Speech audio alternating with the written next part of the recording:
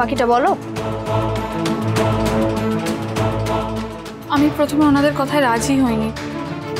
আমি বলেছিলাম যে আমি এই কাজ করতে পারবো না। ওনারা আমাকে বলেছিলেন তোমার বাড়িতে যেতে। আমি ওদেরকে ক্লিয়ারলি বলেছিলাম যে আমি এরকম ফ্যামিলি থেকে বিলং করি না। তারপর হঠাৎ একদিন বাড়িতে এসে দেখছি ওরা মা বাবাকে বন্দি করে রেখেছে। মা বাবার এই অবস্থা দেখে আমাকে রাজি হতেই হয়েছে। কার বুদ্ধিতে? মানে তোমাকে এগুলো করতে কে বলেছিল? এক সেকেন্ড।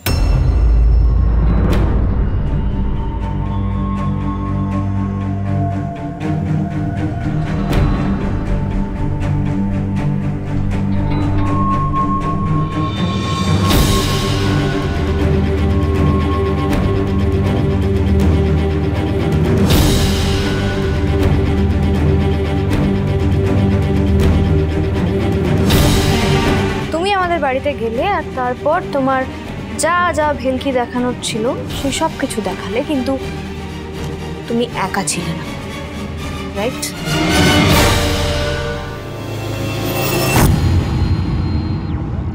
তোমরা দুই বোন, তাই তো?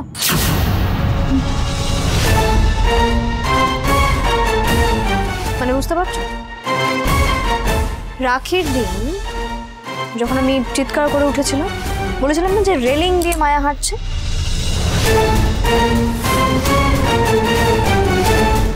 মায়া, এই তো আমি এখানে। আর ঠিক তারপরেই মায়া রান্নাঘর থেকে বেরিয়ে।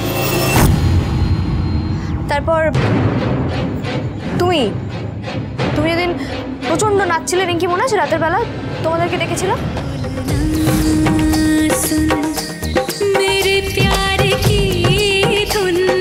রিঙ্কি, তুমি ঠিক আছো? তুই নাচছিলিস কেন রে?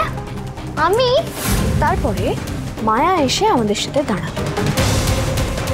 তুমি জল খাবে? মানে ওরা প্রচন্ডভাবে চেষ্টা করেছিল এটাকে একটা ভৌতিক কাণ্ড হিসেবে প্রেজেন্ট করার, বাট নেহাত আমরা ভূতে ভয়টা পাই না, তাই তোমাদের এই চেষ্টাটা পুরো ব্যর্থ হয়ে গেল।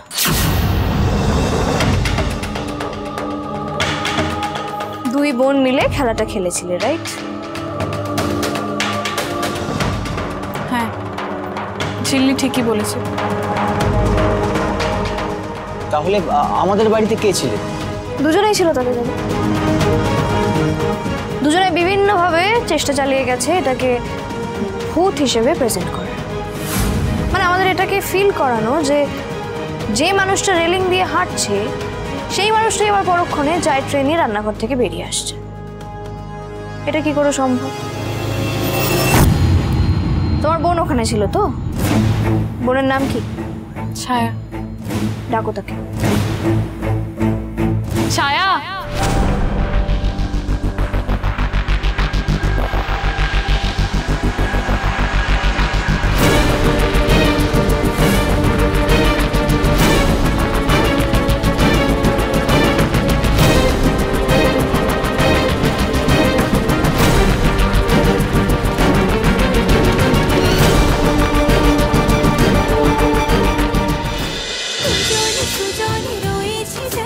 তেঁতুল পাতা সোম থেকে রবি প্রতিদিন সন্ধ্যে ৬টায় স্টার জলসায় ও জিও হটস্টারে।